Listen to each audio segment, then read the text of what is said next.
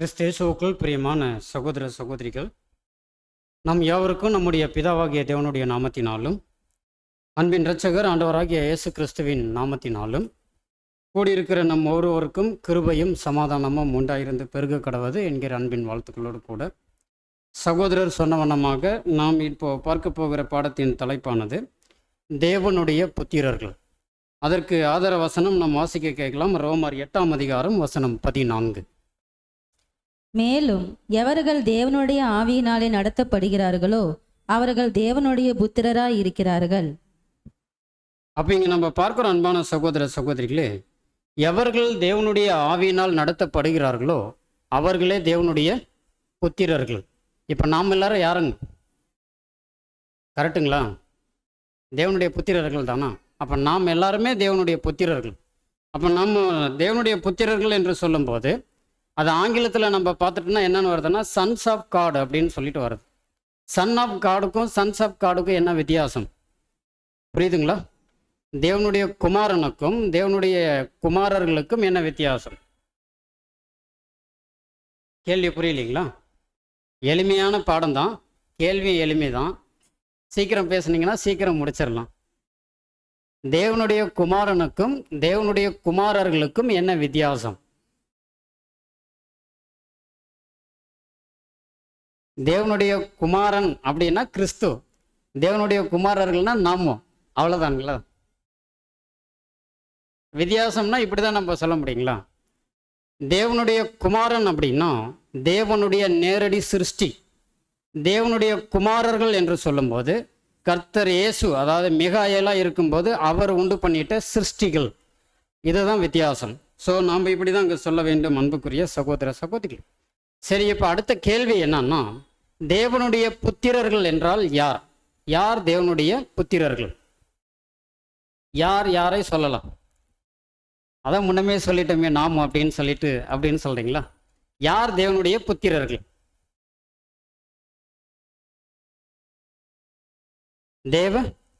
தேவ தூதர்கள் தேவனுடைய புத்திரர்கள். அடுத்து யாரை சொல்லலாம்?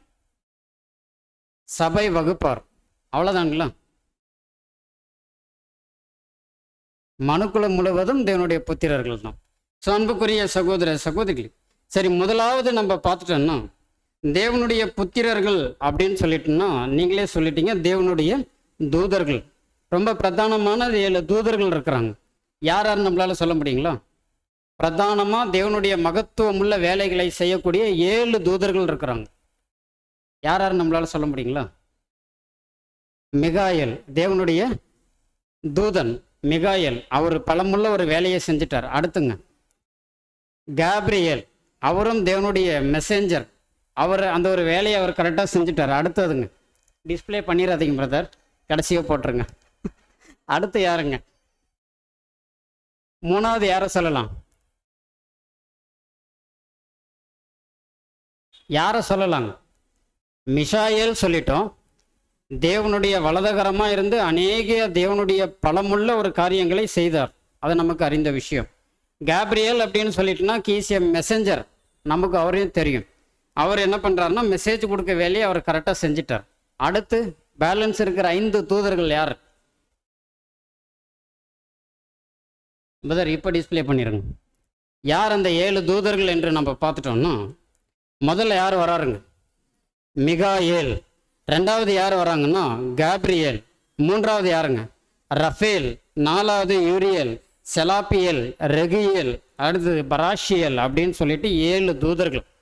இந்த 7 தூதர்கள் தான் அன்றிலிருந்து இன்னைக்கு வரைக்கும் தேவனுடைய பலமுள்ள காரியங்கள், பரலோகத்தில் இருந்துட்டாலும் சரி, பூமியில் நடக்கக்கூடிய சகலவிதமான நல்ல காரியங்கள் அல்லது தீய எந்த ஒரு காரியங்கள் நடந்துட்டாலும் இவர்களுடைய அனுமதி இல்லாமல் ஒன்றும் என்ன பண்ண போகிறதில்லைன்னா நடக்கிறது அங்கே இல்லை. அன்புக்குரிய சகோதர சகோதரிகள், இது தேவனுடைய புத்திரர்கள். இவர்களை குறித்து நம்ம பார்க்கிறோம். இவர்கள் தேவனுடைய தூதர்கள். அடுத்தது நற்கிரியை செய்தவர்கள். யாரெல்லாம் நற்கிரியைகள் செய்துட்டார்கள் நம்மளால சொல்ல முடியுங்களா? வேதத்தில் பழைய ஏற்பாட்டில் வாழ்ந்துட்டு அநேக பரிசுத்தவான்கள் தேவனுடைய நற்கிரியைகளை அவர்கள் என்ன பண்ணிட்டாங்க? செய்துட்டாங்க. அவர்களும் யார் தான் அப்படின்னு பார்த்துட்டோம்னா யார் தாங்க? தேவனுடைய புத்திரர்கள். சரி, இந்த ஒரு காரியங்கள் நம்ம எங்கேருந்து பேசிட்டோம் அப்படின்னு ஒரு சந்தேகம் நமக்கு எழும்புவதற்கு அநேக வாய்ப்புகள் இருக்குது. ஏன்னா இந்த நம்ம வைத்திருக்கிறது கேஜேவி பைபிள். கேஜேவி பைபிளில் யாரை பற்றி பேசியிருக்குன்னா மிஷாயேல் மற்றும் கேப்ரியேல் பற்றி தான் பேசியிருக்கு. பேலன்ஸ் இருக்கக்கூடிய காரியங்கள் யாரை பற்றி எங்கே பேசப்பட்டிருக்குன்னா ஒவ்வொருவருமே அநேகர் என்ன பண்ணியிருக்கிறாங்கன்னா எழுதியிருக்கிறாங்க. 5 ஆகமங்கள் எழுதிட்ட யாருங்க? மோசே. தேவனுடைய கர்த்தர் இயேசுனுடைய சிருஷ்டி, தேவனுடைய சிருஷ்டி. அதை இன்னும் மிஷாயேல் அவர் குறித்து தான் அநேக காரியங்களை இந்த 5 ஆகமங்களில் மோசே என்ன பண்ணியிருக்கிறாருன்னா அங்கே எழுதியிருக்கிறார். ஆனால் இவர்களை குறித்து கொஞ்சம் டீட்டெயிலாக யார் பேசியிருக்கிறாங்கன்னா யாரை சொல்லலாங்க அப்படின்னு சொல்லிட்டு பார்த்தோம்னா தி புக் ஆஃப் ஏனோக் அப்படின்னு சொல்லிட்டு ஒரு புக்கே இருக்குது. புக் ஆஃப் ஏனோக், ஏனோக்கினுடைய புத்தகம். ஆனால் ஏனோக்கு வந்துட்டு இன்றைக்கும் அவர் என்ன பண்ணாருன்னா சாவை காணாதபடிக்கு தேவன் எடுத்துக்கொண்டார் அப்படின்னு நம்ம வசனம் வாசிக்கிறோம். ஆமாவா இல்லைங்களா? ஆனால் அந்த ஏனோக்கு தான் அந்த தேவனுடைய தூதர்களை குறித்து அநேக டீட்டெயிலான நுணுக்கமான காரியங்களை அங்கே எழுதியிருக்கிறார். கிட்டத்தட்ட 105 சாப்டர் பக்கமும் அவர் எழுதியிருக்கிறாருங்க. அது வேணும்னா ப்ளே ஸ்டோரில் நீங்கள் போனீங்கன்னா புக் ஆஃப் ஏனோக்குன்னு போட்டிங்கனாலே அந்த புக்கு கிடைக்கும். அது இங்கிலீஷில் தான் இருக்குது. அதை நீங்கள் டவுன்லோட் பண்ணி கூட நீங்கள் அதை யூஸ் பண்ணிக்கலாம் அன்புக்குரிய சகோதர சகோதரிகள். சரி, இதனை தொடர்ந்து நம்ம பார்த்துட்டோம்னா நற்கிரியை செய்தவர்கள் இவர்களை குறித்து நம்ம பார்த்துட்டோம். அடுத்தது புது சிருஷ்டிகள். அந்த புது சிருஷ்டி வாய்ப்புகளுக்குள்ளே வந்துட்டு நீங்களும் நானும். நமக்கு முன்னதாக பார்த்துட்டோன்னா 12 அப்போஸ்தலர்கள் தொடங்கி இன்று வரைக்கும் அது என்ன இருக்குன்னா அந்த ப்ராசஸ் போயிட்டே இருக்கு. நாம தேவனுடைய புத்திரர்கள். அப்போ தேவனுடைய புத்திரர்கள் என்று சொல்லும்போது ஒரு விசேஷித்த வண்ணம் ஒன்று இருக்கணும் இல்லைங்களா? அப்போ தேவனுடைய புத்திரர்கள் அப்படின்னு சொல்லிட்டோம்னா இந்த 7 தூதர்கள் தேவனுடைய மகத்துவமுள்ள ஒரு வேலைகளை செய்தவர்கள், செய்து கொண்டு இருக்கிறவர்கள். அப்போ நாமோ தேவனுடைய பிள்ளைகள் அல்லது தேவனுடைய புத்திரர்கள் என்று சொன்னால் நாம் என்ன பண்ணணும்? என்ன பண்ணணும்? ஒரு அப்பா இருக்கிறாரு, பிள்ளை என்ன பண்ணணுங்க? அப்பாவுக்குரிய வேலையை செஞ்சுட்டு இருக்கணுமா இல்லைங்களா? ஸோ அந்த ஒரு வேலையை நம்ம செய்கிறோமா? தேவனுடைய புத்திரர்கள் என்று சொல்லிட்டால் தேவனுடைய மகத்துவமுள்ள காரியங்களை நாம் செய்து கொண்டு இருக்கிறோமா இல்லையா என்பதை நாம் என்ன பண்ணணும்னா பரிசோதித்து பார்க்கணும் அன்புக்குரிய சகோதர சகோதரிகள். சரி, இதை நாம் எப்படி புரிந்து கொள்ளலாம்? சரி, எப்படி நாம் தேவனுடைய புத்திரர்கள் என்கிற ஒரு அங்கீகாரம் நம்ம பெற்றோம்? எப்போ பெற்றுக்கிட்டோங்க? தேவனுடைய புத்திரர்கள் என்கிறதான ஒரு அங்கீகாரம் என்னைக்கு நாம் பெற்றுக்கிட்டோம்? உடன்படிக்கை. நம்ம எடுத்துட்ட உடன்படிக்கை. அதற்கு முன்பதாக நம்ம பார்த்துட்டோம்னா யாரெல்லாம் தேவனுடைய புத்திரர்கள் என்று சொல்லிட்டோம் அப்படி சொல்லலாம் அப்படின்னா நாம் உடன்படிக்கை எடுத்துட்டோம். அதனால நம்ம தேவனுடைய புத்திரர்கள் என்று சொல்கிறோம். நற்கிரியை செய்தவர்களும் நம்ம என்னன்னு தான் சொல்கிறோம்னா தேவனுடைய புத்திரர்கள் தான் சொல்கிறோம். யாருங்க? பழைய ஏற்பாட்டில் வாழ்ந்துட்டு அநேக பரிசுத்தவான்கள். அவர் நோவாவாக இருக்கட்டும், ஏனோக்கா இருக்கட்டும், மெத்திசேலாவாக இருக்கட்டும், அதில் தொடங்கி இருந்துட்ட அநேக பரிசுத்தவான்களாக இருந்துட்டாலும் அவர்களே நம்ம என்னன்னு தான் சொல்கிறோங்க தேவனுடைய புத்திரர்கள். அவர்கள் உடன்படிக்கை எடுக்கலையே. நாம் என்ன பண்ணியிருக்கிறோம்? நல் மனசாட்சியின் உடன்படிக்கை எடுத்திருக்கிறோம். அவர்கள் என்ன பண்ணலைங்க? நல் மனசாட்சியின் உடன்படிக்கை எங்கேயாவது எடுத்திருக்கிறாங்களா? வேத வசனங்கள் எங்கேயாவது சொல்லப்பட்டிருக்கு அப்படின்னா எங்கேயும் இல்லை. அப்போ அவர்களை நாம் ஏன் தேவனுடைய புத்திரர்கள் என்று அவர்களை நாம் சொல்லணும்? ரொம்ப எளிமைதான். தேவனுடைய சிந்தையில் இருந்த காரியங்களை அந்நாட்களில் வாழ்ந்த நோவாவா இருக்கட்டும், இன்னும் அநேக நபர்களாக இருக்கட்டும், தேவனுடைய சிந்தையில் இருந்த விஷயத்தை அவர்கள் செயலாக்கம் செய்திருந்தார்கள். என்னென்ன விஷயங்கள் என்று நம்ம சொல்லிட்டோம்னா தேவன் இந்த பூமியில் இருந்துட்ட மிகப்பெரியதான ஒரு பாவம். இன்னும் இந்த 2 டைப்பாக அந்த தூதர்களை பிரித்துட்டோம்னா ஒன்று நல்ல தூதர்கள், இன்னொன்று கெட்ட தூதர்கள்னு பிரிக்கலாம். நல்ல தூதர்கள் இந்த 7 பேரை நம்ம மென்ஷன் பண்ணிடலாம். ஆனால் கெட்ட தூதர்கள் என்று சொல்லிட்டோம்னா லூசிஃபர், அதுக்கு அடுத்தது ஃபாலன் ஏஞ்சல்ஸ், விழுந்து போன தூதர்கள், அவர்கள் செய்திட்ட மோசமான கிரியைகள் அதெல்லாம் நம்ம பார்க்குறோம். பழைய ஏற்பாட்டில் நம்ம வாசிக்கிறோம். அந்த அக்கிரமம் மிகுதியானதனால் தேவன் என்ன பண்ணுறாருங்க? அந்த உலகத்தை அங்கே அழிக்கிறார். அங்கே ஜலத்தினால் அழிக்க முற்படும் போது தேவன் மைண்டில் இருந்துட்ட வருஷம் எத்தனை வருஷங்க? தேவனுடைய மைண்டில் இருந்த வருஷம் எத்தனை வருஷம்? இந்த உலகத்தை நோவா கிட்ட இன்டிமேட் பண்ணுறார். நோவா இந்த மனுஷரோட போராடக்கூடிய வருஷங்கள் எத்தனை வருஷம் தான் சொல்கிறார்? 120 வருஷங்கள். அந்த வருஷத்தில் யார் செயலாக்கம் பண்ணிட்டார்? தேவனுடைய சிந்தையில் இருந்துச்சு. இந்த நோவா கிட்ட வந்த உடனே அதை என்ன பண்ணுறாருன்னா செயல்முறை செய்துக்கிட்டே இருக்கிறார். தேவனுடைய புத்திரர் என்று சொல்லிட்டோன்னா தேவனுடைய செயலாக்கங்கள் அங்கே செய்திட்ட விதத்தை நாம் பார்க்குறோம். ஸோ 2த்துக்கும் வித்தியாசம் இருக்குது. ஆவினால் செனிப்பிக்கப்பட்டவர்களுக்கு ஒரு வித்தியாசம் இருக்குது. தேவனுடைய சிந்தையில் இருந்துட்ட காரியங்கள், தேவ தூதர்களால் உள்வாங்கப்பட்ட விஷயத்தை அதை நடைமுறைப்படுத்திட்ட அநேக பரிசுத்தவான்கள் இருக்கிறாங்க. அது நோவாவாகட்டும், யோனாக்காகட்டும், ஆபிரகாம் ஆகட்டும், மோசேவாகட்டும், யாராக இருந்துட்டாலும் சரி. இவர்கள் எல்லாமே தேவனுடைய தூதர்களால் அவர்கள் நேரடி ஒரு வார்த்தை கடந்து வரும். அந்த வார்த்தைக்கு அவர்கள் கீழ்ப்படிந்து இப்படியான ஒரு வாழ்க்கை வாழும்போது அவர்கள் என்னதான ஒரு அங்கீகாரம் பெற்றார்கள் என்றால் தேவனுடைய புத்திரர்கள் என்கிறதான ஒரு அங்கீகாரம் அவர்கள் பெற்றுக்கொண்டார்கள் என்று நம்ம பார்க்கிறோம். அன்பான சகோதர சகோதரி, சரி, இன்னைக்கு நம்மை பார்க்கும்போது நாம் உடன்படிக்கை எடுத்துட்டோம் என்கிறதான ஒரு பதில் நீங்களே சொல்லியிருந்தீங்க. அப்போ உடன்படிக்கை எடுக்கும்போது நமக்கு என்ன கிடைச்சதுங்க? என்ன கிடைச்சது? தேவனுடைய புத்திரர் என்றால் நமக்கு ஒரு அங்கீகாரம் இருக்குது. நம்ம உடன்படிக்கை எடுத்துட்டோம், அதனால இப்போ நமக்கு என்ன அங்கீகாரம் இருக்குதுங்க? தேவனுடைய புத்திரர்கள் அப்படின்னு சொல்கிறோம். சரி, தேவனுடைய புத்திரர்கள் இப்போ உடன்படிக்கை எடுத்துட்டு அநேக பேர் இருக்கிறாங்க. நாமினல் கிறிஸ்டியன்ஸ் கூட என்ன பண்ணுறாங்க? இந்த ஒரு வேலையை செய்கிறாங்க. அவங்களும் தேவனுடைய புத்திரர்கள் தானா? அப்போ ஏன் அவங்களுக்கும் அவங்க தேவனுடைய புத்திரர்கள் அல்ல அப்படின்னு சொல்கிறோம், நாம் தேவனுடைய புத்திரர்கள் என்று சொல்கிறோம் அப்படின்னா, நமக்கு தேவனுடைய வார்த்தையை என்னைக்கு செவி சாய்த்து கேட்குறோமோ, நம் இருதயத்தில் தேவனுடைய வார்த்தையை வைத்து அதன்படி ஜீவிக்க முயற்சிகள் ஏறெடுக்கிறோமோ, அன்னைக்கே தேவன் என்ன பண்ணுறாருன்னா தேவனுடைய பரிசுத்த ஆவியை என்ன பண்ணுறாரு நமக்கு அங்கே கொடுக்குறாங்க. அப்போ தேவனுடைய ஆவியை கொடுத்ததின் நிமித்தம் இப்போ நமக்கு என்ன மாதிரியான ஒரு அங்கீகாரம் கிடைக்குது அப்படின்னா, வெளிப்படையான அங்கீகாரம் என்னங்க? உடன்படிக்கை. ஆனால் தேவன் தம்முடைய ஆவியை கொடுத்ததின் மூலம் தேவன் தம்முடைய புத்திரராக நம் ஒவ்வொருவரையும் ஏற்றுக்கொள்கிறார் என்றதை நாம் மறந்துவிடக்கூடாது. அன்பான சகோதர சகோதரி, அப்போ நாம் எல்லாருமே நம்ம பார்க்கும்போது ஆவிக்குரிய இஸ்ரேலர்கள் என்று சொல்லிட்டோம்னா தேவனுடைய தெய்வீக ஆவியை பெற்றவர்கள் என்பதை மறந்துவிடக்கூடாது. அன்புக்குரிய சகோதர சகோதரி, சரி, அப்போ தேவனுடைய புத்திரர்கள் என்று சொன்னால் சில தகுதியான காரியங்கள் நம்மளிடத்துல காணப்படணும். அந்த தகுதியான காரியங்கள் என்ன அப்படின்னா குணலட்சணங்கள். நம்ம காலையிலே 1 கொரிந்தியர்ல வாசிச்சோம்லைங்களா? அப்போ தகுதியான குணலட்சணங்கள் என்ன என்பதை பார்த்து புது சிருஷ்டிகளாக இருக்கிற நாம் அல்லது தேவனுடைய புத்திரர்களாக இருக்கிற நாம் வளர்த்து கொள்ள வேண்டும். அப்போ என்னென்ன தகுதியான குணலட்சணம் என்பது நமக்கு ஆதி முதல் என்ன பண்ணியிருக்காங்கன்னா சொல்லியிருக்காங்க. அப்போஸ்தலர்கள் சொல்லுவாங்க, ஆதி முதல் சொன்ன விஷயத்தை நான் மீண்டும் எழுதுறதில்ல, எனக்கு என்ன இல்லைங்க, மீண்டும் எழுதுறதுல விருப்பம் இல்லைன்னு சொல்கிறாங்களா? மீண்டும் நான் எழுதுறேன்னு சொல்லிட்டு நீங்கள் என்ன பண்ணிட வேண்டாம், நான் சோர்வு அடைஞ்சிட வேண்டாம். மீண்டும் மீண்டும் ஒரே விஷயத்த சொல்லுவாங்க. அப்போது அந்த ஒரே விஷயம் என்னன்னா கர்த்தர் இயேசுவினால் கொடுக்கப்பட்டுட்ட அன்பின் கட்டளை. அப்போ இந்த அன்பின் கட்டளையில் எந்த அளவுக்கு நாம் மேலோங்கி இருக்கிறோம் அல்லது எந்த அளவில் நாம் பின்தங்கி இருக்கிறோம் என்பதை நம்மை நாமே நிதானித்து பார்க்க வேண்டும். அன்புக்குரிய சகோதர சகோதரிகள், அப்போ தேவனுடைய புத்திரர்கள் என்கிறதான இந்த ஒரு நிலை என்று வரைக்கும் நமக்கு இருக்குது அப்படின்னா நம்மளுடைய மரணம் வரைக்கும் இது இருக்குது.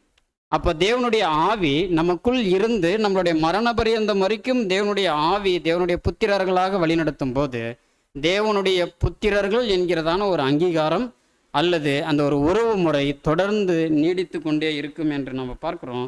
அன்பான சகோதர சகோதரிகள், அப்போ எளிமையாக நம்ம சொல்லலாம், யார் ஒருவர் தேவனுடைய ஆவியை பெற்றார்களோ அவர்கள் மாத்திரம்தான் தேவனுடைய புத்திரர்கள். அப்போ யார்கள் இன்னும் தேவனுடைய புத்திரர்கள் என்றால் தேவனுடைய தெய்வீகமான குணலட்சணங்களை யார் இந்த பூமியில் பிரதிபலிக்கிறார்களோ அவர்களே தேவனுடைய புத்திரர்கள். அப்போ அந்த செயலாக்கம் செய்யக்கூடியவர்கள் தேவனுடைய ஆவியை துக்கிக்காதவாறு அவர்களுடைய கிரியைகள் என்ன பண்ணோம்னா அங்கே காணப்படும் என்று நம்ம பார்க்குறோம். அன்பான சகோதர சகோதரி, அப்போ இவ்வாறு நாம் பார்க்கும்போது வசனம் இவ்வாறு தான் சொல்லுது, மேலும் எவர்கள் தேவனுடைய ஆவியினால் நடத்தப்படுகிறார்களோ அவர்களே யாருன்னு நம்ம வசனம் வாச்சுங்க, தேவனுடைய புத்திரர்கள். அப்போ இவர்கள் தேவனுடைய ஆவியினால் அவங்க என்ன பண்ணணும்னா நடத்தப்படணும், அதாவது கைடன்ஸ் வழி நடத்தப்படணும் என்று நம்ம பார்க்கிறோம். அன்பான சகோதர சகோதரி, அப்போ தேவனுடைய ஆவி வழி நடத்தப்படணும், அதாவது தேவனுடைய ஆவி தெய்வீக குணலட்சணத்துக்குள்ள நம்ம என்ன பண்ணணும், வழி நடத்தப்படணும். அதுக்கு நாம் என்ன பண்ணணும், முதலாவது நம்மை உடன்படிக்கை எடுத்து நம்ம என்ன பண்ணிட்டோம்னா என் சித்தம் அல்ல உங்கள் சித்தம் செய்ய வரேன்னு சொல்லிட்டோம். அதை கண்டினியூஸாக நம்ம என்ன பண்ணணுங்க, தொடர்ந்து முன்னோக்கி போய்கொண்டே இருக்க வேண்டும். அன்புக்குரிய சகோதர சகோதரி, அப்படி இந்த ஒரு பரிசுத்த ஆவியை குறித்து சொல்லும்போது அநேக விதத்தில் சொல்லப்பட்டிருக்கு. பரிசுத்த ஆவி, சத்திய ஆவி, இன்னும் நம்ம பார்த்துட்டோம்னா தெளிந்த புத்தியுள்ள ஆவி, கிறிஸ்துவின் ஆவி, குமாரத்துவத்தின் ஆவி, இப்படி அநேக காரியங்கள் அங்கே சொல்லப்பட்டிருக்கிறது நம்ம பார்க்குறோம். அன்பான சகோதர சகோதரி, சரி, இதை நம்ம பார்க்கணும். தேவனுடைய வார்த்தையை நாம் என்னைக்கு கேட்டோமோ அன்னைக்கு நமக்கு புரிந்து கொள்வதற்கு தேவன் என்ன கொடுத்துருக்காருன்னா பரிசுத்த ஆவி கொடுத்துருக்கிறார் என்று நம்ம சொல்லிட்டோம். சரி, பரிசுத்த ஆவி என்னைக்கு முதலாவது கொடுக்கப்பட்டுச்சு அப்படின்னு ஒரு கேள்வி நமக்கு எழுந்துச்சுன்னா பெந்தே கோஸ்தே நாளில் என்ன பண்ணியிருக்காருன்னா தேவன் அங்கே வெளியரங்கமாக அங்கே பரிசுத்த ஆவியை கொடுத்த விதத்தை நம்ம பார்க்குறோம். அதற்கு முன்பதாக தேவனுடைய ஆவி யாருக்கும் கொடுக்கப்படலை அப்படின்னா கொடுக்கப்பட்டிருக்கு. எப்பெல்லாம் என்று சொல்லும்போது பேதுருக்கிட்ட கர்த்தர் இயேசு கேட்பார். என்னன்னு கேட்பாருங்க, என்னை யார் என்று கேட்குறார்கள்னு சொல்லும்போது அந்த இடத்துல பேதுருக்கு என்ன கொடுக்கப்பட்டுச்சுங்க, பரிசுத்த ஆவி கொடுக்கப்பட்டுச்சு. கொடுக்கப்பட்டதின் நிமித்தமாக அவர் யார் என்பதை வெளியரங்கமாக அங்கே சொல்லிட்டார் என்று நம்ம பார்த்தோம். அதையும் கர்த்தர் இயேசு அதற்கு என்ன சொல்லிட்டார்னா, இது உன்னுடைய மாம்சமும் ரத்தமும் என்ன பண்ணலை சொல்லலை, இது தேவனுடைய ஆவி அங்கே வெளிப்படுத்தினது என்று அங்கே டீட்டெயிலாக சொல்கிற விஷயத்தை நம்ம பார்க்குறோம். அன்புக்குரிய சகோதர சகோதரி, அப்போது தேவனுடைய புத்திராக இருக்கணும் அப்படின்னா தேவனுடைய விருப்பம் என்ன அப்படின்னு நாம் முதல்ல புரிஞ்சு அந்த விருப்பத்தை செய்கிறவர்களாக நாங்கள் காணப்படணும் என்று நம்ம பார்க்குறோம். அப்போ இது எப்படி அப்படின்னு சொல்லிட்டு பார்த்தோம்னா, இதுதான் நம்ம வசனத்திலேயே நம்ம வாசித்தோம். எவர்கள் தேவனுடைய ஆவியினால் நடத்தப்படுகிறார்களோ அவர்களே தேவனுடைய புத்திரர்களாக அங்கே காணப்படுகிறார்கள் என்று நம்ம பார்க்குறோம். அன்பான சகோதர சகோதரி, சரி, நம்ம முதல்லையே நம்ம ஒரு காரியங்கள் சொன்னோம். தேவனுடைய புத்திரர்கள் என்றால் யார் என்று கேள்வி கேட்கும்போது சகோதரிகள் அநேகர் சொன்னீங்க, தூதர்களும் யார் தான் தேவனுடைய புத்திரர்கள் தான் என்று அங்கே சொல்லும்போது வேத வசனங்கள் எங்கேயாவது நம்ம காண்பிக்கப்பட முடியுமா? அடிக்கோடிட்டு காண்பிக்க முடியுங்களா? இங்கே சொல்லப்பட்டிருக்கு தேவ தூதர்களும் யார் தான் தேவனுடைய புத்திரர்கள் என்று சொல்லப்பட்டிருக்குன்னு சொல்ல முடியுங்களா அப்படின்னா வசனங்கள் வாசிக்கலாம் பாருங்க. ஆதியாகமம் 6ஆம் அதிகாரம் வசனம் 2.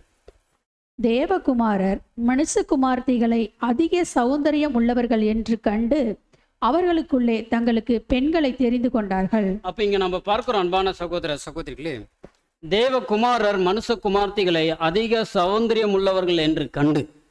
அப்போ இது யாருங்க? தேவகுமாரர். இவர் நம்ம பார்க்கிறோம் தேவ தூதர்கள்.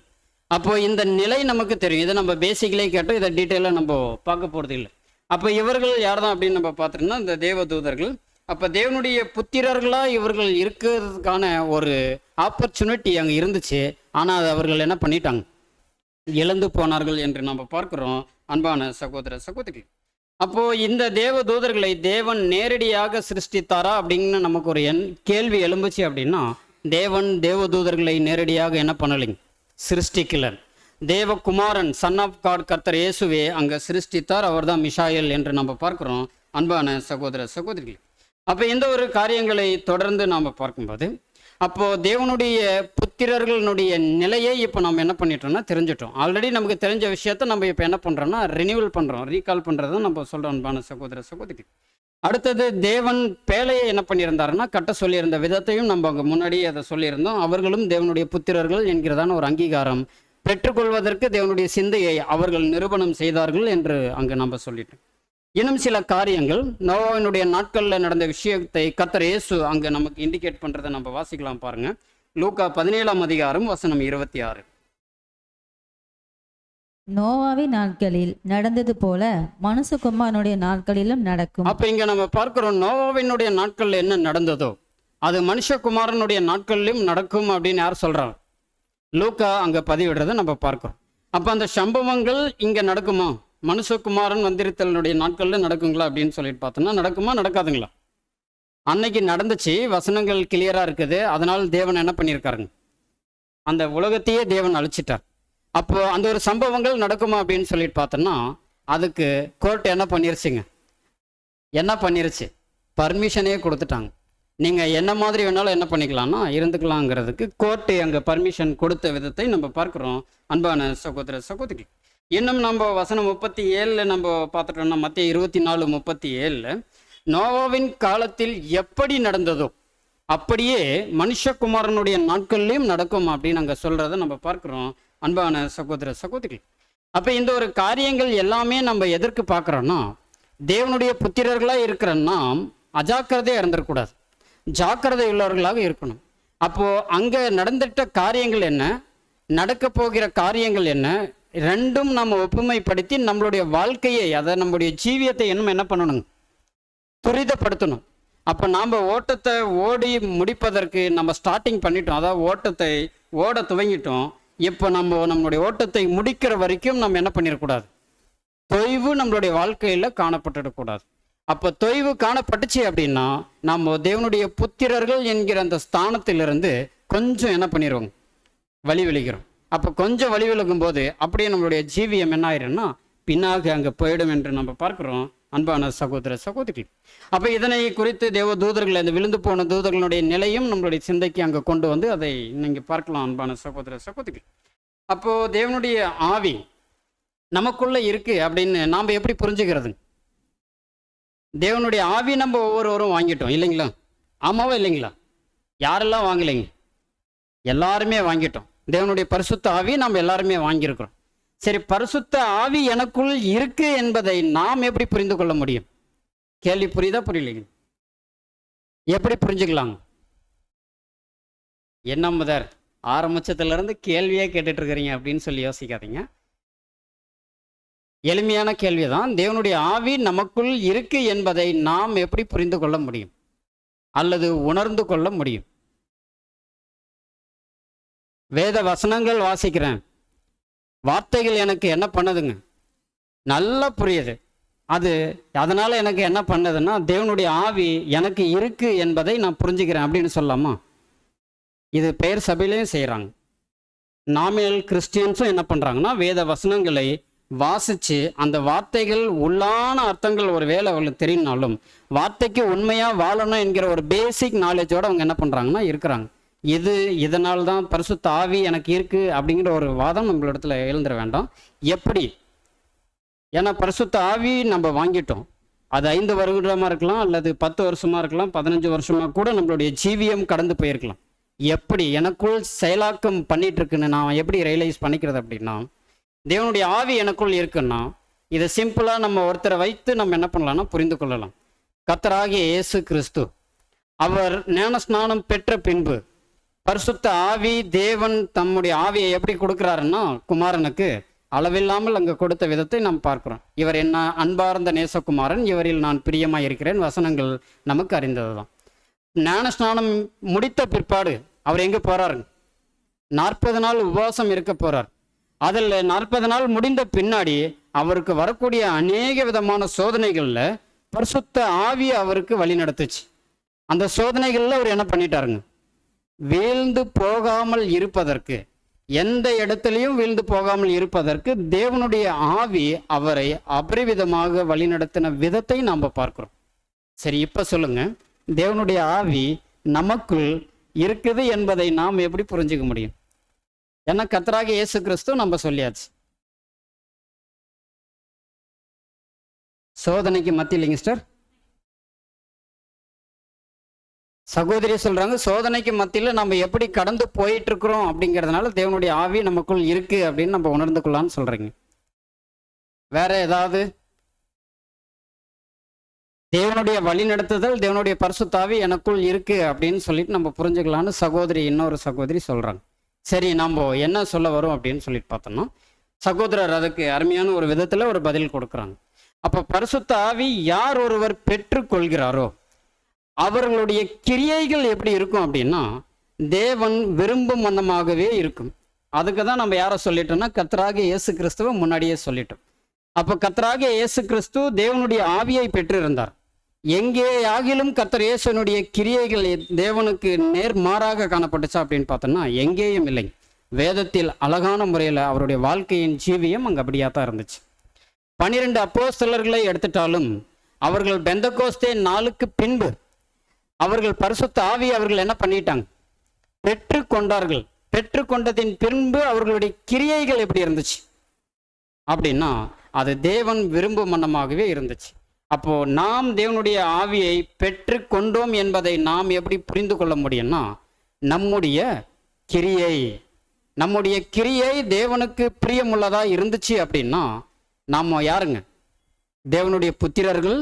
தேவனுடைய பரிசுத்த ஆவி நமக்குள் இருக்கு என்பதை நம்ம ரியலைஸ் பண்ணிக்கலாம். அப்போ ஒருவேளை தேவனுடைய புத்திரர்கள் இல்லாத ஒரு கிரியைகள் நாம் செயல்படுத்திட்டோம் அப்படின்னா நாம் என்ன பண்ணலைங்க? பரிசுத்த ஆவி பெற்றுக்கொள்ளலை.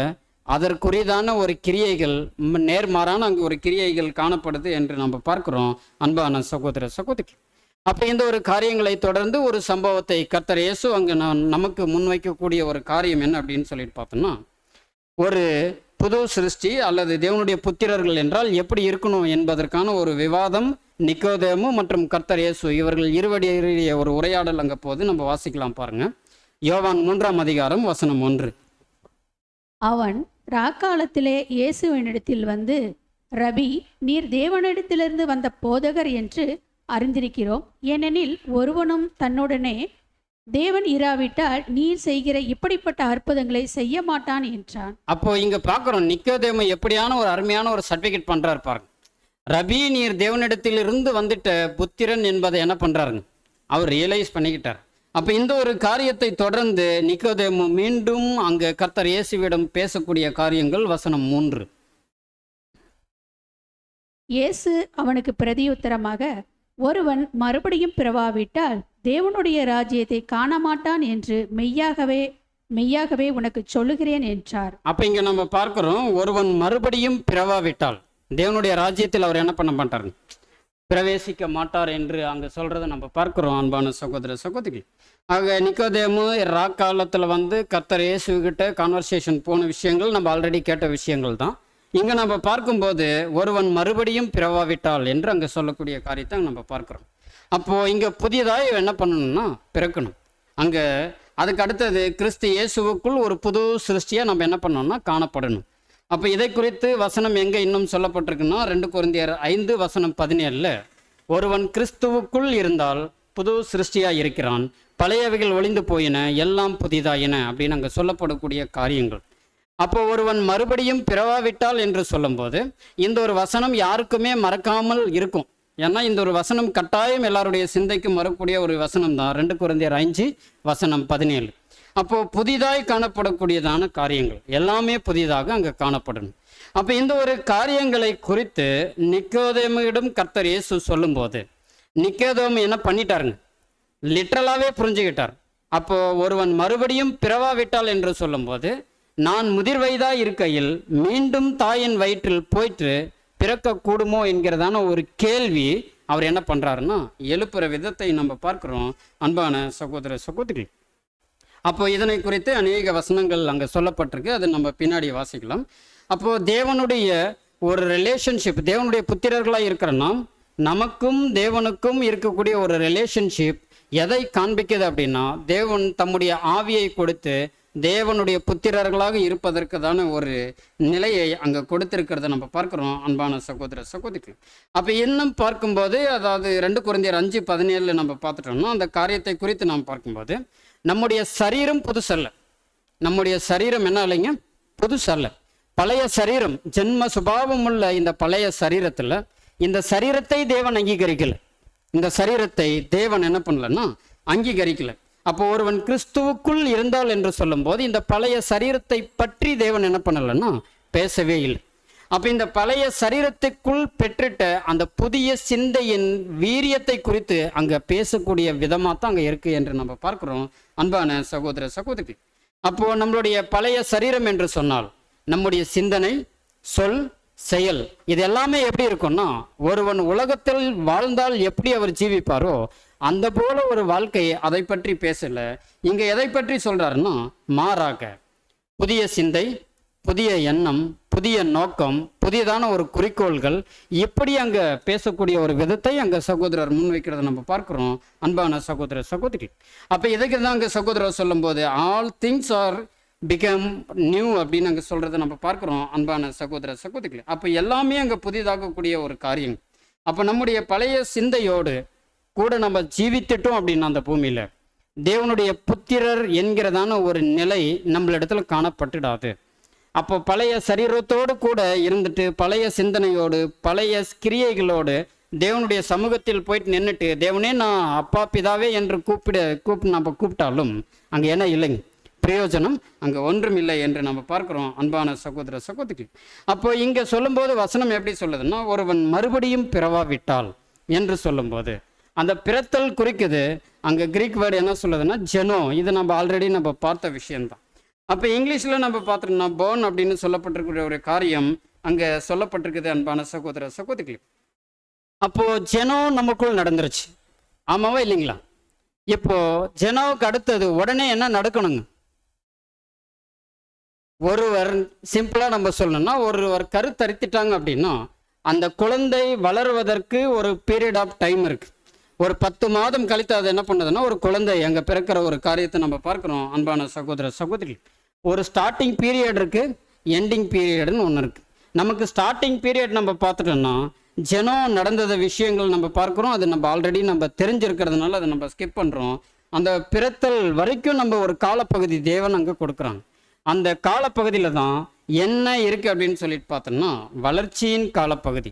அந்த வளர்ச்சியின் காலப்பகுதியில் என்னென்ன காரியங்கள் செய்ய வேண்டும் என்று நம்ம பார்த்துட்டோம்னா அநேக விதமான காரியங்கள் என்று நம்ம சொல்றதில்லை.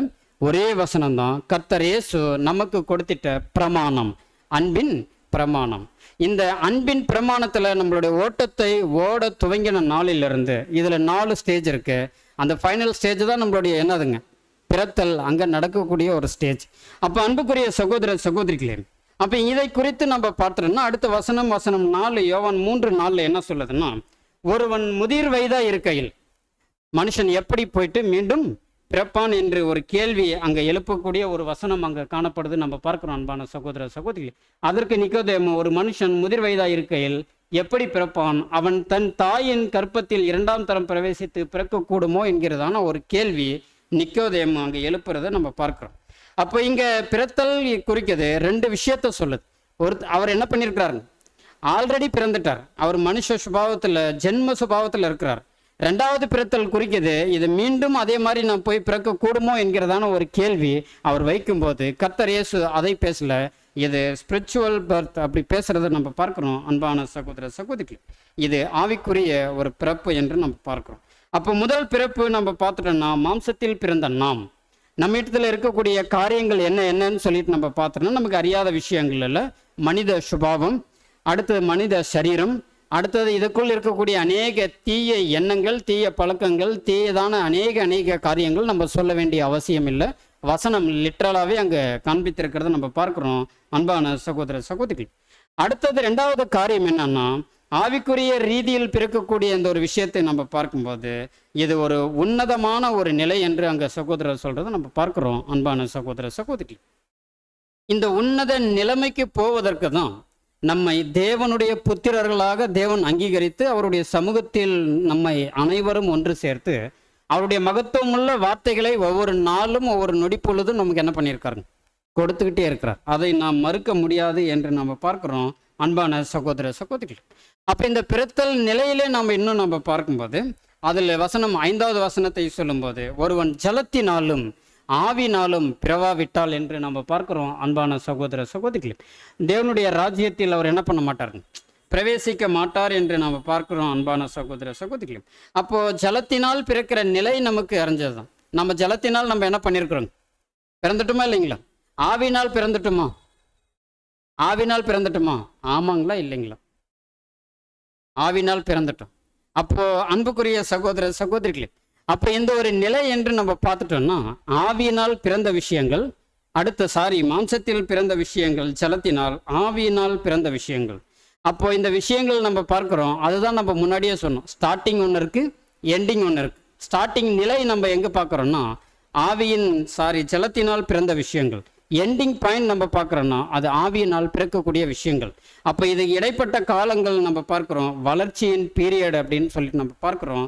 அன்பான சகோதர சகோதரிகள், அப்போ இதை நம்ம பார்க்கும்போது தேவனுடைய ஆவியை பெற்றுக்கொண்டுட்ட நாம் எவ்வாறு நம்முடைய கிரியைகள் இருக்க வேண்டும் என்பதை நாம் முன்னதாகவே நம்ம பார்த்தோம். அன்புக்குரிய சகோதர சகோதரிகள், அடுத்தது இதிலே வசனம் 3 மற்றும் 6 நம்ம பார்க்கும்போது மாம்சத்தினால் பிறப்பது எப்படியா இருக்குன்னு சொல்றாருன்னா மாம்சமா இருக்கும், ஆவியினால் பிறப்பது எப்படியா இருக்குன்னு சொல்றாருன்னா ஆவியா இருக்கும் அப்படின்னு நாங்கள் சொல்றதை நம்ம பார்க்கிறோம். அன்புக்குரிய சகோதர சகோதரிகள், அது என்ன மாம்சத்தினால் பிறப்பது மாம்சமா இருக்கும் என்றால் அது எப்படி இருக்கும்? வசனம் அப்படிதான் சொல்லுது, மாம்சத்தினால் பிறப்பது மாம்சமா இருக்கும் அப்படின்னு நாங்கள் சொல்லிட்டால் அது எதை நம்ம சொல்லலாம்? எதை சொல்லலாம்? கிரியைகள். எந்த மாதிரியான கிரியைகள்? மாம்சத்தின் கிரியைகள் எப்படி இருக்குன்னு கலாத்தியர்ல அங்க எழுதுறாருன்னா வெளியரங்கமா இருக்குன்னு அங்க சொல்றார். அப்போ அந்த கிரியைகள் பரிபூரணம் மின்மை நம்ம இடத்துல என்ன பண்ணிடக்கூடாது அப்படின்னா தேவனுடைய புத்திரர்கள் என்கிற ஒரு அங்கீகாரம் பெற்றுட்டோம்னா மாம்சத்தின் ரீதியில நம்மளுடைய எண்ணமோ நம்மளுடைய செயலோ அல்லது சொல்லோ என்ன பண்ணிடக்கூடாதுங்க, காணப்பட்டுடக்கூடாது. ஒருவேளை காணப்பட்டுடுச்சு அப்படின்னா நாம் எப்படி இருந்திருக்கிறோம் அப்படின்னா, அல்லது எப்படி ஜீவித்துட்டு இருக்கிறோம் அப்படின்னா, மாம்சத்தினால் பிறப்பது மாம்சமாக தான் இருக்கும். அப்போ நாம் ஜலத்தினால் எல்லோருக்கும் முன்னாடி நம்ம என்ன பண்ணியிருக்கிறோம்னா, ஒரு நல் மனசாட்சியின் உடன்படிக்கை எடுத்தது வெளியரங்கமாக செய்த காரியங்கள் அனைத்தும் விருதாக அங்கே போய்விடும். அன்பான சகோதர சகோதரி, அப்போ ஆவியினால் பிறக்கக்கூடிய காரியங்கள் என்று நம்ம பார்த்துட்டோம்னா இது எப்படி இருக்கும்னா டோட்டல் சேஞ்சிங், ஆப்போசிட். அப்போ இது மாம்சத்தின் கிரியைகள் என்று சொல்லிட்டேன்னா இது எப்படி இருக்குதுங்க? அதுக்கு ஆப்போசிட் ஆவியின் கனி, அங்கே அதை பற்றி பேசுகிறார். அப்போ ஆவியினால் பிறத்தல் என்கிற ஒரு காரியங்கள், பரிசுத்தம், அந்த ஒரு பியூரிட்டி பற்றி பேசுகிறார் அன்புக்குரிய சகோதர சகோதரி. அப்போ இதை குறித்து நம்ம பார்த்துட்டோம்னா இதுவும் கலாத்தியர் 22 5ஆம் அதிகாரம் 22 23 வசனங்கள் அங்கே சொல்லப்பட்டிருக்கு. அங்கே 7 விதமான அங்கே காரியங்களை பேசப்பட்டிருக்கிறத நம்ம பார்க்குறோம் அன்பான சகோதர சகோதரி. அடுத்த விஷயங்களை நம்ம பார்த்துட்டோம் அப்படின்னா, மாம்சமும் இரத்தமும் தேவனுடைய ராஜ்யத்தில் என்ன பண்ண போகிறதில்லை, பிரவேசிக்க போகிறதில்லை. அதனால நம்ம மாம்ச சிந்தையில், அதான் மாம்சத்தில் நம்ம இருந்துட்டாலும் நாம் என்ன பண்ணணுங்க, ஆவிக்குரிய குணலட்சணங்களை நடப்பிப்பதற்கு நம்ம முயற்சிகள் ஏறெடுக்கணும். ஒரு வேளை எடுக்கலை அப்படின்னா நம்ம எப்படியே தான் இருப்போம்னு நம்ம முன்னாடி வசனம் பார்த்துட்டோம்னா மாம்சத்தினால் பிறந்த ஒரு காரியங்கள் அங்கே காணப்படும் அன்புக்குரிய சகோதர சகோதரி. அப்போ இந்த ஒரு மாம்சமும் இரத்தமும் தேவனுடைய ராஜ்யத்தில் சுதந்திரிக்க கூடாத ஒரு காரியங்கள் என்று நம்ம வசனம் தெளிவாக சொல்லும்போது, நம்முடைய வாழ்நாட்களில் நாம் எப்படி காணப்பட்டுடக்கூடாது என்று பார்த்துட்டோம்னா, மாம்சத்தின் சிந்தையோடு அல்லது பொய்யோ பொறாமையோ கபடோ அல்லது சூதோ வையம் ஏதோ இருந்துட்டாலும் சரி, அது நம்மளுடைய வாழ்நாட்களில் என்ன பண்ணிடக்கூடாது, காணப்பட்டுடக்கூடாது. ஒருவேளை காணப்பட்டுடுச்சு அப்படின்னா தேவனுடைய புத்திரர்கள் என்கிறதான ஒரு நிலையிலிருந்து நம்ம என்ன பண்ணிடுவோம், அந்த நிலையை இழந்தவர்களாக அங்கே காணப்படுவோம். அப்போ தேவனுடைய புத்திரன் என்கிறதான ஒரு நிலை கர்த்தர் இயேசுவுக்கு வரும்போது அந்த ஒரு நிலை என்ன பண்ணிட்டாருங்க, பூமியில மனுஷகுமாரனா இருந்து அது அபரிவிதமாய் அவர் தக்க வைத்து கொண்ட விதத்தை நம்ம பார்க்கிறோம். அவருடைய பின்னடியார்களாய் இருக்கிற நாமும் என்ன பண்ணணும், அது போல ஜீவிக்கணும். அதுதான் நம்ம பார்க்கிறோம். அந்த பார் கிறிஸ்தவர்கள் என்று சொல்லும்போது அந்த வார்த்தை நம்முடைய நடத்தையிலும் என்ன பண்ணணும்னா அங்கே காணப்பட வேண்டும் என்று நம்ம பார்க்கிறோம் அன்பான சகோதர சகோதரி. ஆக இவ்வாறு நம்மளுடைய வாழ்நாட்களில் கிறிஸ்தவர்கள் என்று சொல்லக்கூடிய அந்த வார்த்தைகள் நம்மளிடத்துல காணப்படணும்னா நம்மளுடைய வாயின் வார்த்தையாகட்டும், நம்முடைய கிரியைகளாகட்டும், நம்மளுடைய சிந்தனையாகட்டும் எப்படி இருக்கணும், பரிசுத்தத்தை நோக்கி முயற்சி ஏறெடுத்து போகும்போது அது அப்படியாகவே அங்கே காணப்படும், அப்படியாகவே அங்கே காணப்படும் என்று நம்ம பார்க்கிறோம் அன்புக்குரிய சகோதர சகோதரி. அப்போ இப்பேற்பட்டதான ஒரு ஜீவியம் யார் ஒருவர் ஜீவிக்கிறாரோ அவர்தான் தேவனுடைய புத்திரர்.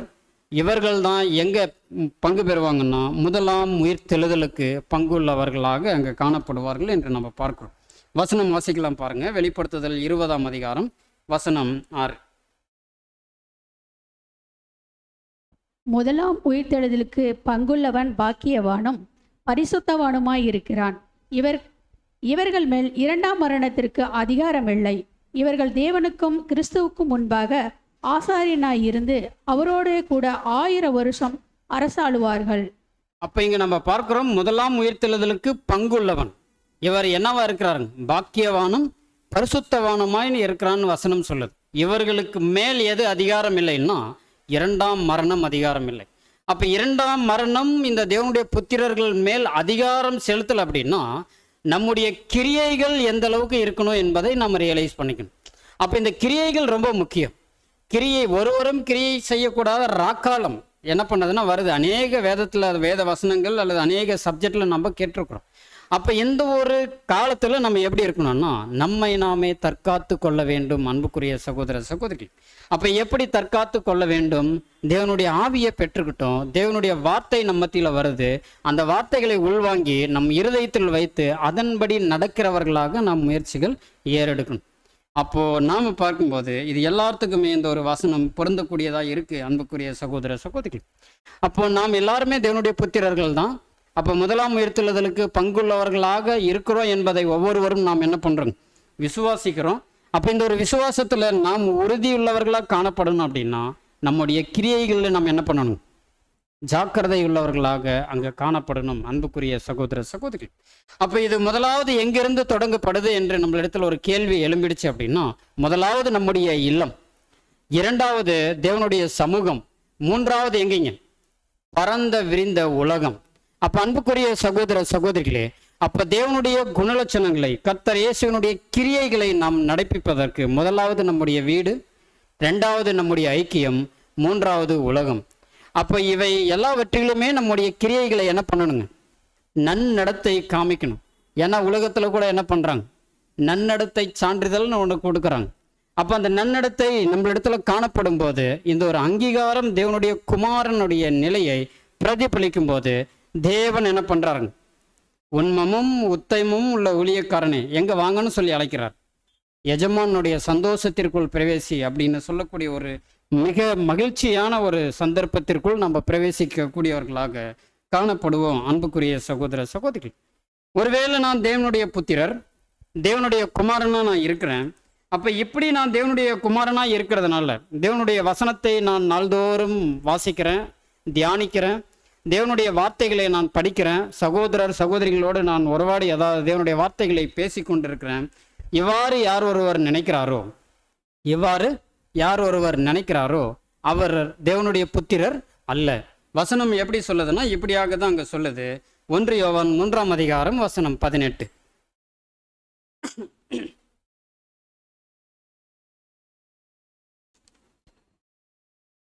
என் பிள்ளைகளே, வசனத்தினாலும் நாவினாலும் அல்ல, கிரியையினாலும் உண்மையினாலும் அன்பு கூற கடவோம். அப்ப பாத்தீங்களா, வசனத்தை நம்ம வாசிக்கிறோம், அன்புன்னு வசனத்தை வாசிக்கிறோம். ஆனா கிரியையில அன்பு இல்லைன்னா அது என்ன இல்லைங்க? ஒன்றும் இல்லைங்க. அப்போ வசனத்தினாலும் நாவினாலும் அல்ல, நான் தேவனுடைய பிள்ளை என்று நான் நாவினால் அறிக்கை செஞ்சு ஒரு பிரயோஜனமும் இல்லை. தேவனுடைய புத்திரன் என்று சொல்வதில் ஒரு பிரயோஜனம் இல்லை. தேவனுடைய ஆவியை நான் வாங்கி கொண்டேன் என்று சொல்வதில் ஒரு பிரயோஜனமும் அல்ல. அதான் வசனம் சொல்லுது, வசனத்தினாலும் நாவினாலும் அல்ல. ஒருவேளை வசனம் நம்ம நாள்தோறும் வாசிக்கிறோம், தேவனுடைய வார்த்தையை நான் நாள்தோறும் கேட்குறேன், ஒரு பிரயோஜனமும் இல்லை. பட் கிரியை இல்லாத ஒரு விசுவாசம் எப்படி இருக்குதுன்னு வசனமே சொல்லுதுன்னா செத்ததா இருக்கு. அப்ப தேவனுடைய பிள்ளைகளா இருந்தும் ஒரு பிரயோஜனம் ஒன்றும் இல்லை என்று நம்ம பார்க்கிறோம். அன்பான சகோதர சகோதரி, அப்ப இந்த ஒரு அன்பு என்று சொல்லிட்டோம் அப்படின்னா வசனம் சொல்லுது கிரியைனாலும் உண்மையினாலும் என்ன பண்ணணும்? அன்பு செய்யணும். அப்போ நான் ஒருத்தர் மேல அன்பு வச்சிருக்கிறேன் அப்படிங்கிறத, நான் அன்பு வச்சிருக்கிறேன்னு நான் கை கொடுத்துட்டு அந்த அன்பு நிறையாயிருமா? ஆயிடாதுங்க. அதை எப்படி காமிக்கணும்னா கிரியையில காண்பிக்கணும். அந்த கிரியை காண்பிக்கும் போது தான் நம்மளுடைய உண்மை தன்மை என்னங்கிறது அங்கே வெளியாகும் என்று நம்ம பார்க்கிறோம். அன்பான சகோதர சகோதரிகளே, அந்த உண்மை தன்மையை கிரியையில நிரூபிக்க வேண்டும் என்று பார்க்கிறோம். அன்பான சகோதர சகோதரிகளே, ஆக இவ்வாறு செய்யும் போது தான் அவர் தேவனுடைய புத்திரராக அங்கே காணப்பட முடியும் என்று நம்ம பார்க்கிறோம். அடுத்தது ரோமர் 8ஆம் அதிகாரம் வசனம் 5.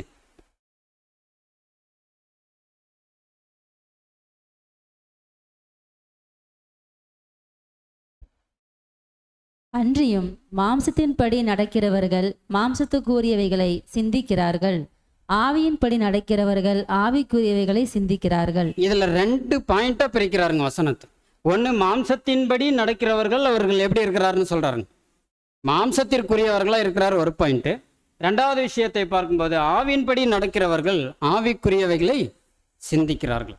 அப்போ இவர்களை எங்க நம்ம வைத்து நம்ம பொருத்தி பார்க்கலாம் அப்படின்னா, இதற்கு முன்பாக நம்ம ஒரு வசனம் வச்சு இல்லைங்களா, 1 யோவான் 3ஆம் அதிகாரம் வசனம் 18. இதை ரெண்டும் நம்ம இப்போ என்ன பண்ணி பார்க்கணும்னா மெர்ஜ் பண்ணி பார்க்கணும். இதை ரெண்டும் நம்ம என்ன பண்ணிடணுங்க, பொருத்தி பார்க்கணும். அப்போ என்னன்னா, மாம்சத்தின்படி நடக்கிறவர்கள் மாம்சத்திற்குரிய காரியங்களை சிந்திக்கிறார்கள். இவர்கள் யார் அப்படின்னு பார்த்துட்டோம்னா, வசனம் வாசிப்பாங்க, அடுத்து என்ன பண்ணுவாங்க, நாவினால் தன்னை அறிக்கை செய்வார்கள். இவர்கள் எப்படி இருக்கிறாங்கன்னா, மாம்சத்தின்படி நடக்கிறவர்கள் மாம்சத்திற்குரியவைகளை சிந்திச்சிட்டு இருக்கிறாங்க. அப்போ இவர்களிடத்துல கிரியை அவங்க என்ன பண்ணலைன்னா காண்பிக்கப்படலை.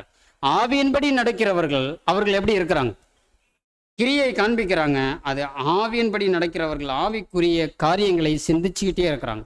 இவர்களிடத்துல தான் இந்த ஒரு வசனம் பொருந்தது. கிரியைனாலும் உண்மைனாலும் இவர்கள் என்ன பண்றாங்க, அன்பு செய்கிறாங்க. அப்போ மாம்சத்தின்படி நடக்கிறவர்கள் இவர்கள் வசனத்தினாலும் நாவினாலும் அறிக்கை செஞ்சு அவர்கள் என்ன பண்றாங்க, அன்பு செய்கிறாங்க. இந்த 2 வசனங்களையும் பொருத்தி நம்மை நாமே பார்க்கும்போது எதில் நாம் வீக்காக இருக்கிறோம் என்பதை நாமளே என்ன பண்ணலாங்க, சிம்பிளாக கண்டுபிடிச்சிடலாம். அன்புக்குரிய சகோதர சகோதரி, சரி, இப்போ மாம்சத்தின்படி என்று நம்ம சொல்லிட்டோம்னா எதை சொல்லலாம்? மாம்சத்தின்படி என்று நம்ம சொல்லிட்டோம்னா எதை சொல்லலாம்?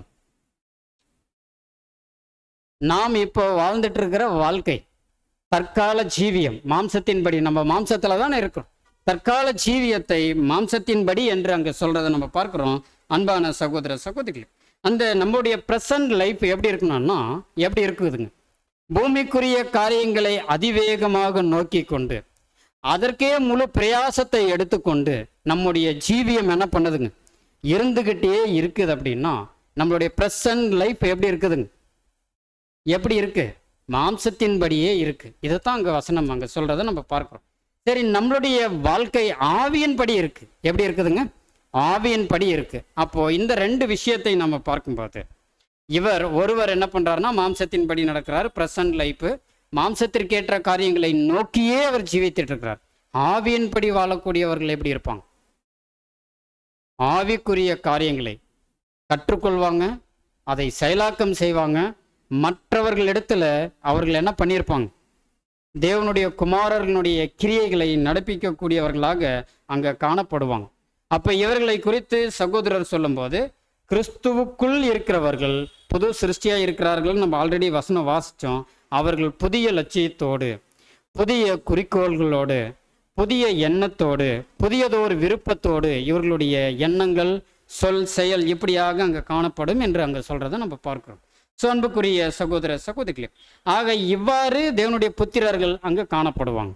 வசனங்கள் என்ன பண்ணுதுன்னா தேவனுடைய புத்திரர்களா இருந்தார்களா, இப்படி தான் இருக்கணும் அப்படின்னு சொல்லிட்டு அங்கே வசனங்கள் சொல்றதை நம்ம பார்க்கிறோம். அப்போ இன்னும் நம் தேவனுடைய புத்திரர்கள் என்று ஒரு ஊர்ஜிதம் நமக்குள் வரணும் இல்லைங்களா? அப்போ அந்த ஊர்ஜிதம் நமக்கு வந்துருச்சா இல்லையான்னு சொல்லிட்டு இன்னொரு வசனம் வாசிக்கலாம். எபிரேயர் 12ஆம் அதிகாரம் வசனம் 7.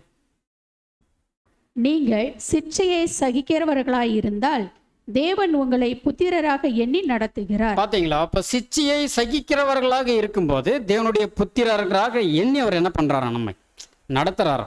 அப்ப நமக்கு வரக்கூடிய சோதனைகள், இந்த சோதனைகள் தேவனிடத்திலிருந்து நமக்கு சிச்சை கிடைச்சிருக்கு அப்படின்னு சொல்லிட்டு முதல்ல என்ன பண்ணணுங்க? ரியலைஸ் பண்ணணும். இதை நாம் மாம்சத்தின்படி நான் நடந்துட்டு சிச்சை வந்துட்ட பின்னாடி நான் எப்படி எண்ணிடக்கூடாதுங்க? எப்படி எண்ணிடக்கூடாது? வசனம் எப்படி சொல்லு? நீங்கள் சிச்சையை சகிக்கிறவர்களாய் இருந்தால் தேவன் உங்களை புத்திரராக எண்ணி நடத்துகிறார் என்று அங்கே நம்ம பார்க்குறோம் இல்லைங்களா? அப்போ நான் மாம்சத்தின்படி நான் நடந்துட்டு எனக்கு மிகப்பெரிய ஒரு சோதனை வந்துருச்சு. சோதனை வந்துட்ட பின்னாடி நான் மற்றவர்களிடம் போயிட்டு என்ன பண்ணிடக்கூடாதுங்க? தேவன் எனக்கு இப்பேற்பட்டதான ஒரு சோதனை, இப்பேற்பட்டதான ஒரு சிச்சை கொடுத்துட்டாருன்னு என்ன பண்ணிடக்கூடாது? சொல்லிடக்கூடாது.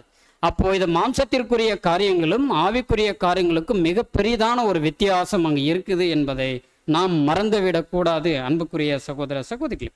அப்போ இந்த சிச்சையை சகிக்கிறவர்களாய் இருக்கும்போது இது ஆவியின்படி நடக்கிறவர்களுக்கு மட்டுமே தான் இது பொருந்தும்.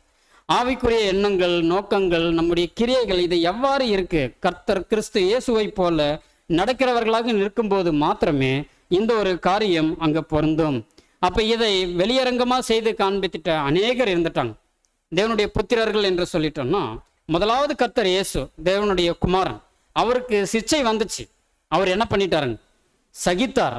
தேவன் தம்முடைய புத்திரன் என்று அவர் என்ன பண்ணிட்டாருங்க? நடத்தினார். அநேக வசனங்கள் அங்கே சொல்லப்பட்டிருக்கு. 12 அப்போஸ்தலர்கள் சிச்சை வந்துச்சு.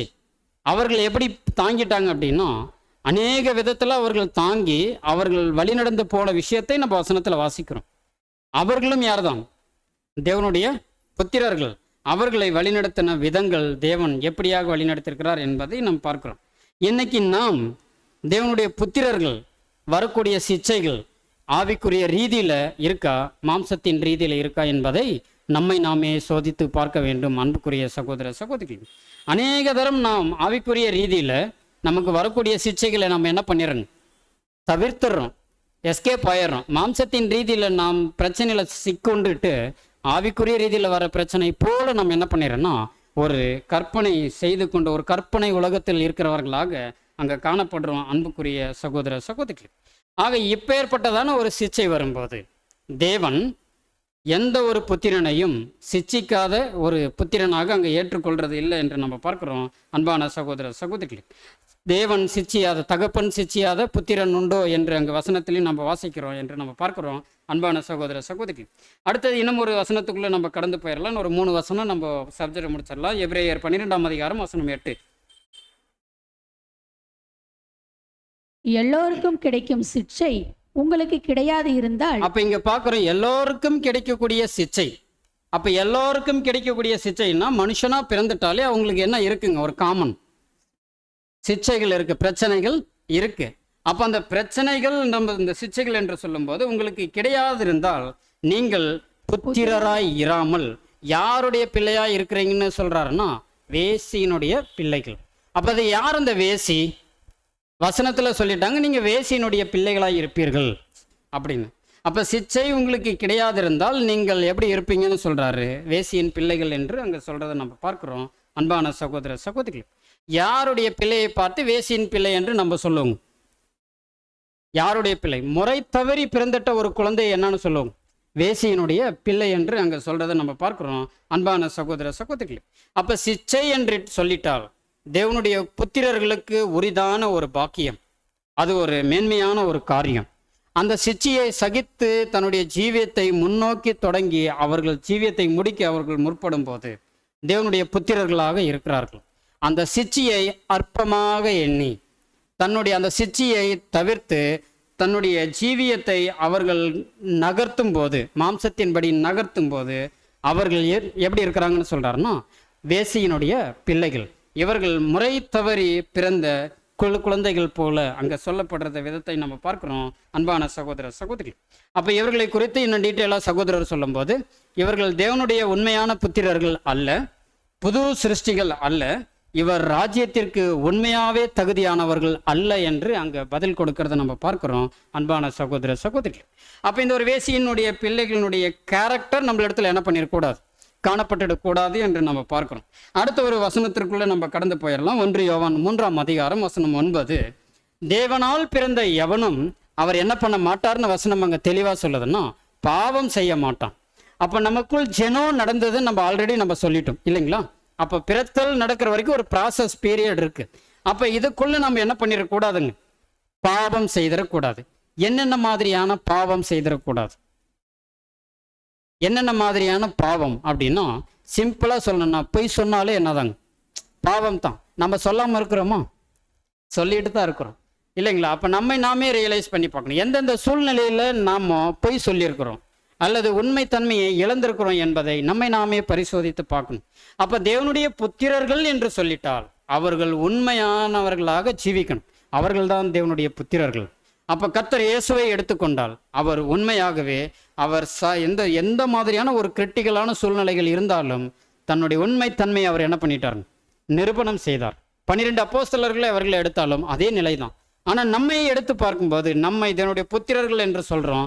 நம்மை கண்ணாடியில் வைத்து நம்ம பார்த்துட்டோம்னா நம்ம முகத்தை நம்மையே போய் கண்ணாடியில் பார்ப்பதற்கு எப்படி இருக்குங்க, சிரிப்பு வந்துடும் சில நேரத்தில். அந்த மாதிரி சில நேரங்களில் சில சமயங்களில் சில சோதனைகள் வரும்போது நம்ம என்ன பண்ணிடுறோம்னா வீழ்ந்து போயிடணும். அன்புக்குரிய சகோதர சகோதரிகளே, அப்போது தேவனால் பிறத்தல் என்று சொல்லும்போது ஆவியினால் செனிப்பிக்கப்பட்டுட்ட ஒரு நிலை. அப்போ இது ஒரு சரியானதா ஒரு காரியமாக இருக்கு அப்படின்னு சொல்லிட்டு நம்ம பார்த்துட்டோம்னா அப்போ தேவனால் பிறந்த நாம் இப்போ என்ன பண்ணிடக்கூடாதுன்னா பாவம் செய்திடக்கூடாது. சின்ன சின்ன காரியங்களில் கூட நம்ம உண்மைத்தன்மையை நிரூபிக்கிறவர்களாக காணப்படும் போது தான் நம்ம என்னவா இருக்க முடியும், தேவனுடைய புத்திரர்களாக அங்கே காணப்பட முடியும் என்று நம்ம பார்க்குறோம். அன்பான சகோதர சகோதரிகளே, ஆக இங்கே நம்ம பார்க்கும்போது 1 யோவான் 3ஆம் அதிகாரம் வசனம் 9 தேவனால் பிறந்த எவனம் அப்படின்னு இருக்கு இல்லைங்களா? பிறந்த என்கிற ஒரு காரியம் பிறந்தன்னு வந்திருக்க கூடாது, மாறாக ஆவியினால் ஜெனிப்பிக்கப்பட்ட, ஜெனிப்பித்தல் என்கிற ஒரு காரியம் அங்கே வரணும். அப்போ தேவனால் ஜெனிப்பிக்கப்பட்ட எவனும் அவர் என்ன பண்ணிட மாட்டார், பாவம் செய்ய மாட்டார். அப்படிதான் நம்ம வாசிக்கணும். அன்புக்குரிய சகோதர சகோதரிகளே, இதுதான் ஒரு சரியான ஒரு வார்த்தை என்று நம்ம பார்க்கிறோம். அப்போ பரிசுத்த ஆவியை நம்ம பெற்றிருக்கிறோம். அதனால் இந்த ஒரு காரியத்தை பார்க்கும்போது தேவனுடைய பிள்ளை என்கிறதற்கு எதிரான ஒரு கிரியைகளை நாம் செய்துவிடக்கூடாது என்று நாம் பார்க்கிறோம். சரி, இறுதியை கட்ட ஒரு நிலைக்கு நம்ம வந்துடலாம். அப்போது தேவனால் பிறந்த யாரும் நம்ம என்ன பண்ணிடக்கூடாது, பாவம் செய்திடக்கூடாது. அப்போ வசனம் இப்படி தான் சொல்லுது. நமக்குள் பாவம் இல்லையா அப்படின்னு சொல்லிட்டு கேட்டோம்னா நம்ம ஆல்ரெடி நாம் என்ன பண்ணிக்கிறோம், நம்ம மனசாட்சியின்படி கைத்தட்டு சொன்னோம்னா பாவம் நிறைய இடத்துல நம்ம என்ன பண்ணியிருக்கிறோம், செய்திருக்கிறோம். அப்போ இதன்படியே இதை தொடர்ந்து நம்ம போயிட்டே இருந்தோம்னா தேவனுடைய புத்திரர்களாக நம்ம இருக்க முடியுமா அப்படின்னு பார்த்துட்டோம்னா இந்த பாவத்தினுடைய தொடர்ச்சி எங்கே கொண்டு போய் விடுதுங்க, மரணத்தில் கொண்டு போய் விடுது. இது நம்ம பார்க்கிறோம். அன்புக்குரிய சகோதர சகோதரிகள், 1 யோவான் 1ஆம் அதிகாரம் வசனம் 8, நமக்கு பாவமில்லை என்போமேயானால் நம்மை நாமே வஞ்சிக்கிறவர்களாக இருப்போம். அப்ப பாத்தீங்களா, தேவனுடைய புத்திரர்கள் என்று யார் ஒருவர் எண்ணுறாரோ அவர் முதலாவது தன்னை உணர்ந்து கொள்ளக்கூடிய காரியம் என்னன்னா, நான் ஒரு பாவி என்பதை உணர்ந்து கொள்ளணும். என்கிட்ட பாவமே இல்லை என்று யார் ஒருவர் சொல்கிறாரோ அவர் யார் இல்லைங்க. கான்ஃபிடண்டா சொல்லலாம், அவர் தேவனுடைய புத்திரனாக இருக்க வாய்ப்பு இல்லை என்று நம்ம பார்க்கிறோம். அடுத்து வசனம் 9. நம்முடைய பாவங்களை நாம் அறிக்கையிட்டால் பாவங்களை நமக்கு மன்னித்து எல்லா அநியாயத்தையும் நீக்கி நம்மை சுத்திகரிப்பதற்கு அவர் உண்மையும் நீதியும் உள்ளவராய் அப்ப இருக்கிறார். நாம் பாவி என்று உணர்ந்து அவருடைய சமூகத்துக்குள் நம்ம போகும்போது நம்முடைய பாவத்தை நம்ம என்ன பண்ணணுங்க, நம்ம அறிக்கை செஞ்சிடணும். அறிக்கை செஞ்சுட்டு அவர் என்ன பண்ணுவாருங்க, நமக்கு மன்னிப்பார்.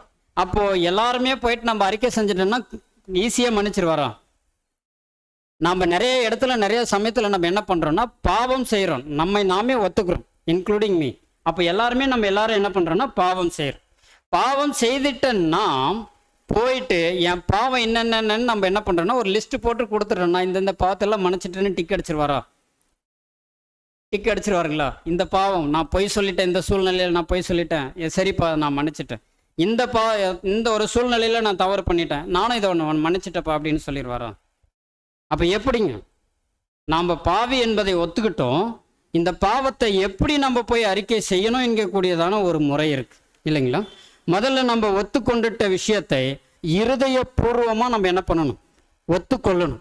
அந்த இருதயபூர்வமாக ஒத்துக்கொண்ட விஷயத்தை, பாவத்தை தேவனுடைய சமூகத்தில் போயிட்டு நாம் அறிக்கை செய்யணும். எப்படின்னா பேதுரு மாதிரி அறிக்கை செய்யணும். பேதுரு என்ன பண்ணிட்டாருங்க, கர்த்தர் இயேசு சொல்லிடுவாரு, நீ என்னை 3 தரம் மறுதலிப்பான்னு சொல்லுவார். அவர் செல்ஃப் கான்ஃபிடென்ட்டாக சொல்லுவார், நான் மறிச்சாலும் மறிப்பினை ஒழிய நான் என்ன பண்ண மாட்டேங்க, மறுதலிக்க மாட்டேன். ஆனால் அந்த வேலையை செய்வார். செஞ்சிட்ட பின்னாடி கர்த்தர் பார்த்த பின்பு அவர் என்ன பண்ணிடுவாருங்க, மனம் உடைந்து போய் அந்த இடத்துல மட்டும் மன்னிப்பு கேட்டுட்டு அவர் அப்படியே இறந்துட்டாரா? நம்ம நிறைய வார்த்தைகள் அந்த வசனம் அல்லது அதற்கான விளக்கம் நம்ம கேட்டிருக்கிறோம். ஒவ்வொரு முறையும் எப்பெல்லாம் சேவல் கூவுதோ அப்பெல்லாம் அந்த உணர்த்துதல், அதுதான் மனம் முகர்ந்து அந்த பாவம் செஞ்சிட்டேன் என்கிறதை மனப்பூர்வமாய் ஒத்துக்கொண்டு அந்த சூழ்நிலைகள் வராத வண்ணம் அவர் என்ன பண்ணிக்கிட்டார்னா காத்து கொண்டுட்டார் என்று நம்ம பார்க்கிறோம். அன்பான சகோதர சகோதரிகள், ஆக இவ்வாறு யார் ஒருவர் அறிக்கை செய்கிறாரோ அவருடைய பாவம் என்ன பண்ணுங்க, முதலாவது மன்னிக்கப்படும் என்று நம்ம பார்க்கிறோம். அவர் பாவம் மன்னிக்கப்பட்ட பிற்பாடு தேவனுடைய புத்திரராக அங்கே அங்கீகரிக்கிறார் என்று நாம் பார்க்கிறோம். அன்பான சகோதர சகோதரிகளே, அப்போ இப்பேற்பட்டதான ஒரு காரியங்கள் நம்மளிடத்துல காணப்படணும். அடுத்தது ஒரு வசனம், அடுத்து 10வது வசனத்தை வாசிருங்க சிஸ்டர். நாம் பாவம் செய்யவில்லை என்போமேயானால் நாம் அவரை பொய்யராக்கிறவர்களாய் இருப்போம், அவருடைய வார்த்தை நமக்குள் இராது. அப்போ நம்ம பார்த்தீங்களா, பாவமோ செஞ்சிட்டோம், அதை இருதயபூர்வமாக ஒத்துக்கொள்ளாமல் நாம் தேவனுடைய சமூகத்தில் வந்துட்டு நான் பாவம் செஞ்சுட்டேன் என்னை மன்னிச்சிருங்க அப்படின்னு சொல்லிட்டு அது 2 பேரை வச்சு சொல்லுவாங்க. ஒருத்தர் ஆலயத்திற்குள்ளே வந்து ஒருத்தர் என்ன பண்ணுவாருங்க, மன்னிப்பு கேட்பார். ஒருத்தர் தூரமாக நின்று என்ன பண்ணிடுவாருங்க, ஒருத்தர் மனம் மறந்துவார். அப்போ இதில் யார் அந்த பாக்கியவான்னு சொல்லிட்டு வசனம் நமக்கு சொல்லுதுங்க, உள்ளே இருந்தவரோ வெளியே இருந்தவருங்களா? அப்போ அவர் என்ன பண்ணார், இவர் என்ன பண்ணிட்டாருங்க, அவர் மனம் உணர்ந்துட்டார், தான் செஞ்சது தவறு என்பதை இருதயபூர்வமாக ஒத்துக்கிட்டார் என்று நம்ம பார்க்கிறோம். அன்பான சகோதர சகோதரிகள், அப்போ இருதயபூர்வமாக யார் ஒருவர் ஒத்துக்கொள்கிறாரோ அவர்கள் தான் நம்ம பார்க்கிறோம் ஒரு உத்தமர்கள் என்று நாம் சொல்கிறோம். அன்பான சகோதர சகோதரிகள், இருதயபூர்வமாக தன்னுடைய பாவத்தை ஒப்புக்கொள்ளாதவர்கள், அவர்களுடைய நிலை தான் இந்த நிலை. நாம் பாவம் செய்யவில்லை என்போமானால் நாம் அவரை பொய்யராக்குகிறவர்களாக இருப்போம். அப்போது வாயின் அளவில் நான் செஞ்சது தப்பு தான், இப்போ என்னங்கிறீங்க அப்படின்னு சொல்லிட்டு அவர்கள் கடந்து போவாங்க. சரி, நான் செஞ்சதப்பா, நான் தப்பு பண்ணிட்டேன், என்ன பண்ணிருங்க, மன்னிச்சிருங்க, இப்படி கடந்து போகிறவங்களும் இருப்பாங்க. ஆனால் இருதயத்தின் ரீதியில் வரும்போது அதனுடைய தாக்கம் எப்படி இருக்குங்க, ரொம்ப அபரிவிதமாக இருக்கும். மீண்டும் அவர் என்ன பண்ணிட மாட்டாருங்க, பாவம் செய்ய மாட்டார் என்று நம்ம பார்க்குறோம். அன்பான சகோதர சகோதரிகளே, அப்போது இப்படி ஒரு வேலை இருந்துட்டார் அப்படின்னா நாம் அவரை எப்படி இருக்கிறோங்க, பொய்யராக்குகிறார்கள் இருப்போம். அவருடைய வார்த்தை நமக்குள் இருக்கிறார். இருதயத்தின் பூர்வமாக யார் ஒருவர் தன் பாவத்தை அறிக்கையிடாமல் அல்லது ஒப்புக்கொள்ளாமல் இருக்கிறாரோ அவரை பொய்யராக்குறாங்க. அது மட்டும் இல்லை, தேவனுடைய மகத்துவமுள்ள வார்த்தைகள் அவர்களுடைய இருதயத்தில் இருக்காது. இவர்களுடைய நிலை எப்படி இருக்கும் அப்படின்னு சொல்லிட்டு பார்த்தோம்னா இவர்கள் அப்படியே கடந்து போயிடுவாங்க. இவர்கள் முதலாம் உயிர்த்தெழுதலுக்கு பங்குள்ளவர்கள் அல்ல, ரெண்டாம் மரணத்திற்குள்ள அங்கே மரணத்திற்குள்ள கடந்து போவார்கள் என்று நம்ம பார்க்குறோம் அன்பான சகோதர சகோதரி. சரி, இப்போ நாம் எல்லாரும் நம்ம பார்த்த காரியங்கள் தேவனுடைய புத்திரர்கள் என்று சொல்லும்போது எப்படி தேவனுடைய புத்திரர்களாக இருக்கணும் என்பதை நம்ம பார்த்தோம் இல்லைங்களா? அப்போ தேவனுடைய புத்திரராக இருக்கணும்னா நமக்கு ஒரு குட் குவாலிட்டி நமக்கு வேணும். அப்போ இந்த குவாலிட்டிஸ் எல்லாம் நம்மகிட்ட இப்போ வந்துருச்சுங்களா? குவாலிட்டிஸ் எல்லாம் வந்துருச்சுங்களா?